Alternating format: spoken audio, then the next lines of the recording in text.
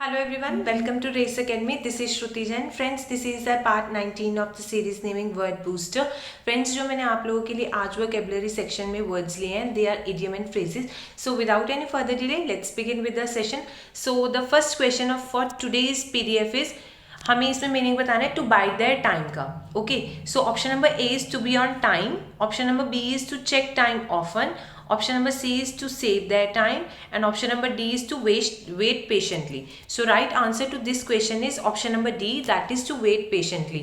To bide their time का मतलब होता है किसी चीज़ के लिए हमें बहुत पेशेंटली, बहुत ही एहतियात से वेट करना, ठीक है, इंतज़ार करना. And it's sentence formation is like he is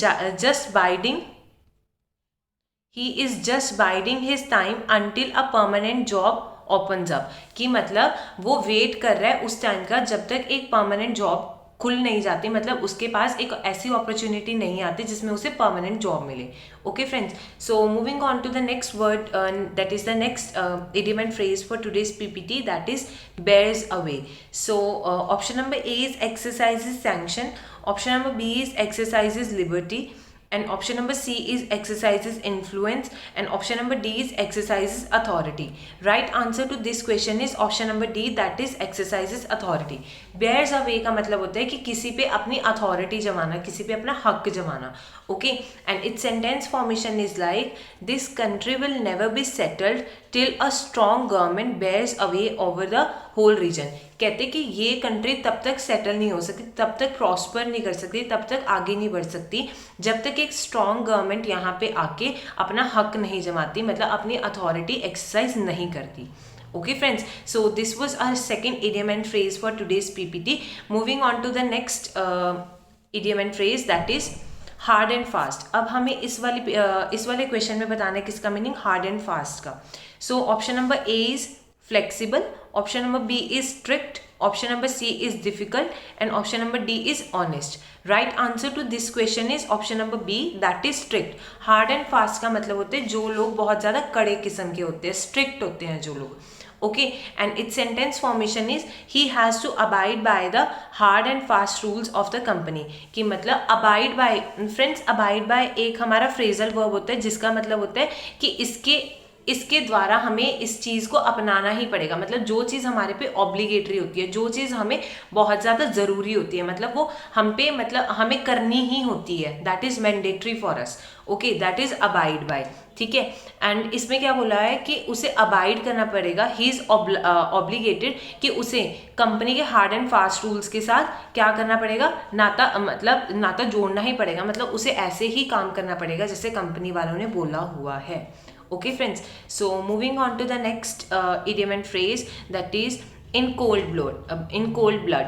हमें इसका मीनिंग बताना है. So option number A is a murder done without feeling, option number B is a murder done in revenge, option number C is a murder done in great anger, and option number D is a murder done in enmity. So right answer to this question is option number A, that is a murder done without feeling.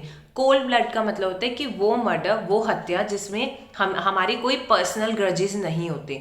So and it's sentence formation is the robber murdered the woman in cold blood for the sake of jewels. मतलब उसे कोई feeling नहीं थी, बस उसे सिर्फ क्या चोरी करनी थी, उसकी ज्वेलरी चोरी करनी थी, जिसके कारण उसने एक लेडी की हत्या कर दी. Okay friends, so this was the fourth idiom and phrase for today's PPT. Moving on to the next PPT, idiom and phrase, that is pay through his nose. Pay through his nose का meaning बताना है.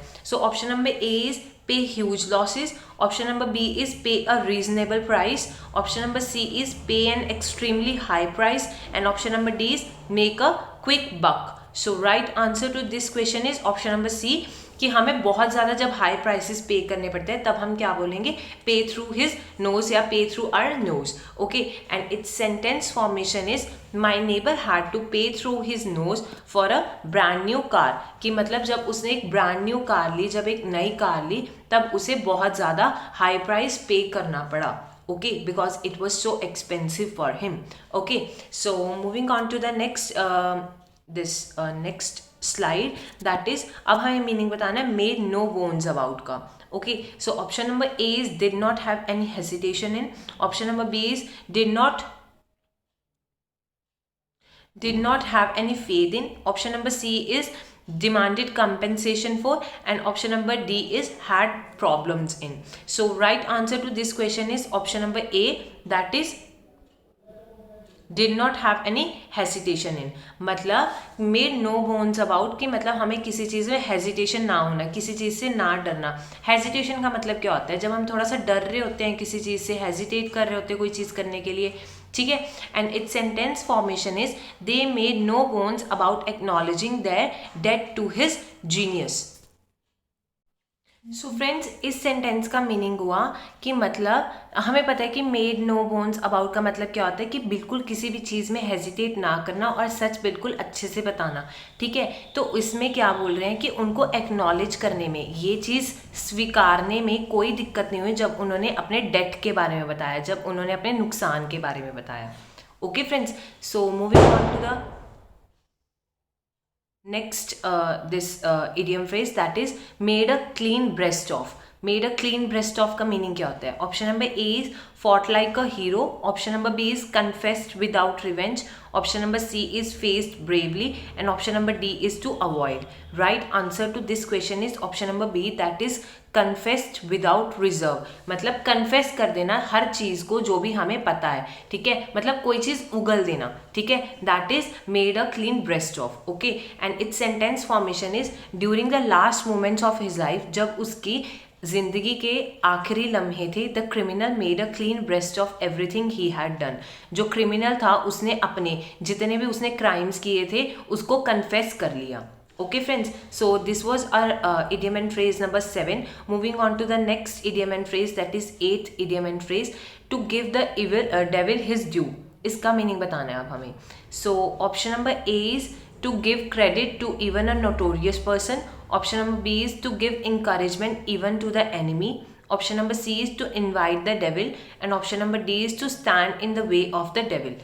So right answer to this question is option number A, that is कि हमें notorious का मतलब क्या होता है? जो एक लालची इंसान होता है, जो कि एक बुरा इंसान होता है, ठीक है, उसका भी मतलब जो एक इविल इंसान होता है, जो बुरा इंसान होता है, जो हमारा दुश्मन होता है, उसकी भी प्रशंसा करना, उसे भी क्रेडिट देना, इसका मतलब होता है to give the devil his due. Okay, and it's sentence formation is sometimes it happens that we have to give the devil his due. कि कई बार क्या होता है कि हमें जो हमारा दुश्मन होता है उसको भी क्रेडिट देना पड़ता है, ठीक है. इस वाले सेंटेंस का मीनिंग ये है, और इस वाले इडियम का मीनिंग क्या है कि मतलब अपने दुश्मन को भी कभी क्रेडिट देना किसी चीज़ के लिए अगर उसने कुछ अच्छा किया. Okay friends, so moving on to the 9th idiom and phrase of our PPT, that is Hobson's choice. अब हमें हॉब्सन्स चॉइस का मीनिंग बताना है.